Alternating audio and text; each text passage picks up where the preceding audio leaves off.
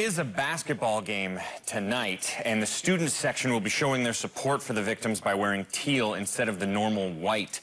I'm curious, how will the team be affected? How will the arena, what will the entire feel be at the game this evening?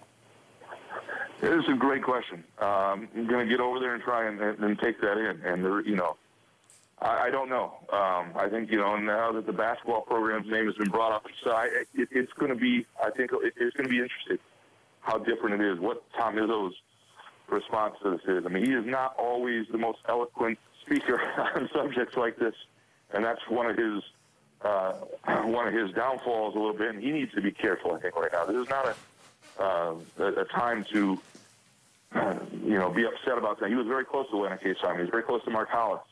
I guess that he's not real happy right now that those two people are no longer in place. And he needs to be careful, though, about what he says and how he says it, because it's not his strength always. And, there's been a cultural change here, and it's for the better. But it also, for guys like him who maybe were almost too big to fall, years ago,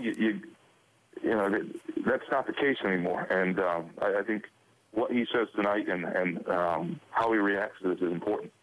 Final 30 seconds here, Graham. What still needs to happen at Michigan State? Well, a lot, and there's a lot of logistics. I mean, you've got an acting president. You don't even have an interim president yet. You need an interim AD. So you need these sort of bridge positions, and there's some people who may be good in place and just to sort of get you by. But there needs to be, and they've got to root out some people who are, who knew or had some role in the Nassar case on campus who didn't do what they were supposed to do.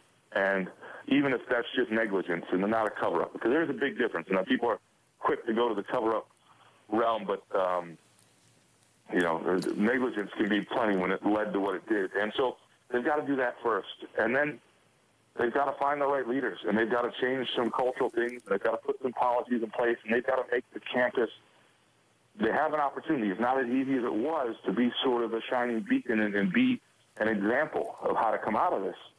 But, you can change policies, but you got to have the right people. People can overcome bad policies. People can overcome. You've got to have the right people, and picking those people is key. And just being as transparent as they can through this. It's going to be painful. There's going to be some financial pain. There's going to be still some emotional pain. There may be people like who are no longer at the university.